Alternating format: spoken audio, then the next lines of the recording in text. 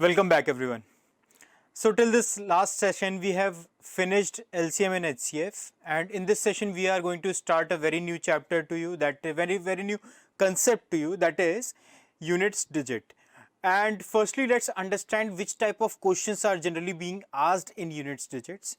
So for example, if I am writing this number as let's say x to the power y, and there is this, you know, whole a big number will come, for example a b c d e will come, right? Then this e will be the unit digit for x to the power y, right? So in this case, in this particular chapter, we will be finding units digit for various indices, various powers, right? Now these values of x, right, this unit digits will be dependent on this value of x, that is the last digit, right? For example, there is this big number p q r s t and then x to the power y. So the expansion of this number will be a b c d e, and we have to find out the unit digit of this particular number. This unit digit will be dependent on last digit and the power, right?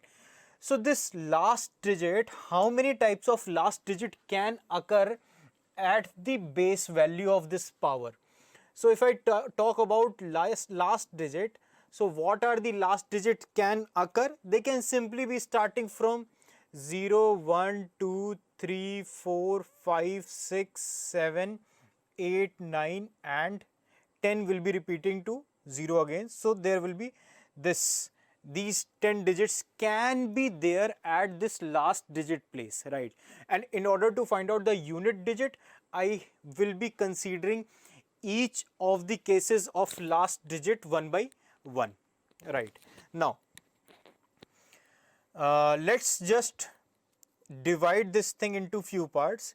If the last digit is 0, right, if the last digit is 1, if the last digit is 5, if the last digit is 6, so that is case 1. If the last digit is 0, 1, 5 and 6, then the units digit will be same as the last digit. What it means? For example, there is this number 1000 to the power 256. So there will be a bigger number that will come, but at the end of it, I will be getting the same number as the last digit. For example, there is this number 11 to the power 235, right? So irrespective of the power, whatever the power is, I will be getting a bigger number, and at the units place I'll be getting the same number as the last digit of the number. Now for example, again, if let's say 25 is there and 25 to the power, let's say if I want to make 1001, right, then this 1001 will not matter at all. All you need to think about is, if 0156 is there, then this huge number will appear, but the units digit will be 5 as the last digit is 5.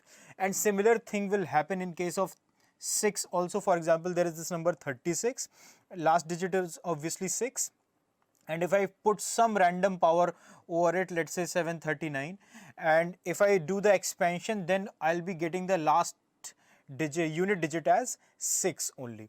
So I hope this thing is pretty much clear to you. Now proceeding forward to our next case, that is of case 4 and case 9. in case of 4 and 9, let's observe what exactly happens. For example, there is 4 to the power 1, then it will result in 4 only, right? What about 4 square will result in 16, that is the units digit will be 6. What about 4 cube? This will result in 64, right? Now what about 4 to the power 4? So that will result in 256, that is 6. What about 4 to the power 5? So it will be 1024, right? And so on. Now again, you must be observing this pattern over here. If 4 to the power 1 is there, then the unit digit is 4. If 4 square is, then unit digit is 6. If 4 cube, then unit digit is 4, then 6, then 4, and this pattern goes on, right? So what I can conclude from here, that if 4 is the case, here comes my case 2, in which I will be covering the last digit as 4 and 9, right? So if the last digit is 4, so if its power is odd, then I'll be getting 4 as the unit digit, and if its power is even, then I'll be getting 6 as the unit digit. Now observe one more pattern of 9. If 9 to the power 1, then 9 is the unit digit. If 9 to the power 2, then 81 will be the unit digit. 81 will be the number, then 1 is the unit digit. If 9 cube is there, then 729, that is 9 will be the unit digit. If 9 to the power 4 is there, then it will result in 9 9s are 81, and you don't need to calculate other numbers. All you need to see, if you want to get 9 to the power 4 from 9 to the power 3, all you need to do is just to multiply it by 9, and when you multiply at the very first step, you will be getting the unit digit as 1 only, right?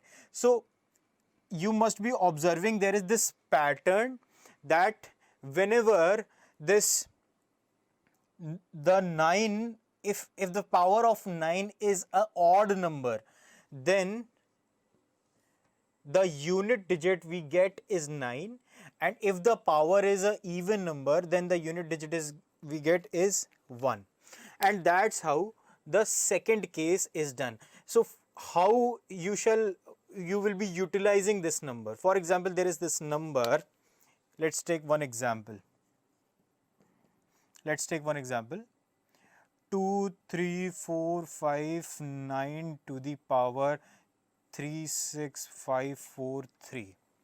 Now tell me what will be the units digit of this number. So all you need to do is just to see the last digit. Last digit is what? 9. In case of 9, the unit digit follow the odd even pattern. Here this number is a odd number because it is not divisible by 2. So if 9, this is similar to 9 to the power a odd number, and 9 to the power odd result in 9 only.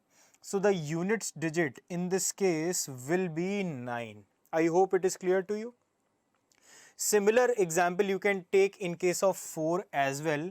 For example, there is this number 234 to the power, let's say 3596. Now what it is signifying? It is signifying nothing but 4 to the power an even number, and 4 to the power even number result in 6 only, right? So the unit digit in this case will be 6. So that was about this case.